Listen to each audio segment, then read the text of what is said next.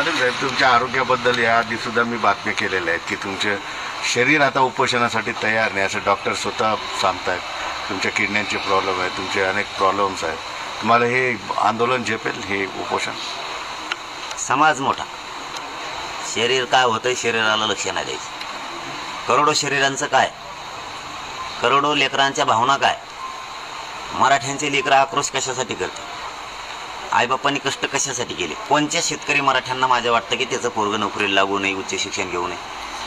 कोणचा असं राज्यात मराठा आहे शेतमजूर मराठा की त्याला वाटत नाही माझं लेकरू लागावं.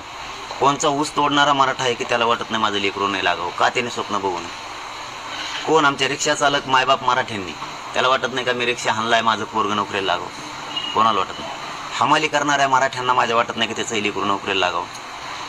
माथाडी कामगारातल्या मराठ्यांना वाटत नाही का, डबेवाले मराठ्यांना, टेम्पो हाणणारे मराठी, ट्रक हाणणारे मराठी, ट्रॅक्टर चालवणाऱ्या मराठ्यांना, रिक्षा चालवणाऱ्या मराठ्यांना वाटत नाही का माझं लेकरू लागावं. एस टी ड्रायव्हर असणारा माझा मराठा, पोलीस भरतीत असणारा मराठा, सगळ्या नोकऱ्यात असणारा मराठा, कोणत्या मराठ्यांना वाटत नाही. राजकारण्या मराठ्यांना वाटत नाही का माझं लेकरू मोठं. कोणी स्वप्न नाही बघितलं. ते स्वप्न साकार करण्यासाठी मी माझ्या जीवाची बाजी लावणार.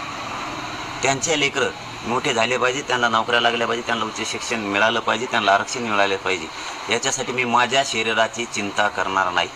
माझ्या करोडो लेकरांच्या चेहऱ्यावर आनंद बघणार आणि ते आरक्षण कसं मिळतं याची मला चिंता लागलेली की मी ते मिळवून देण्यासाठी संघर्ष करणार.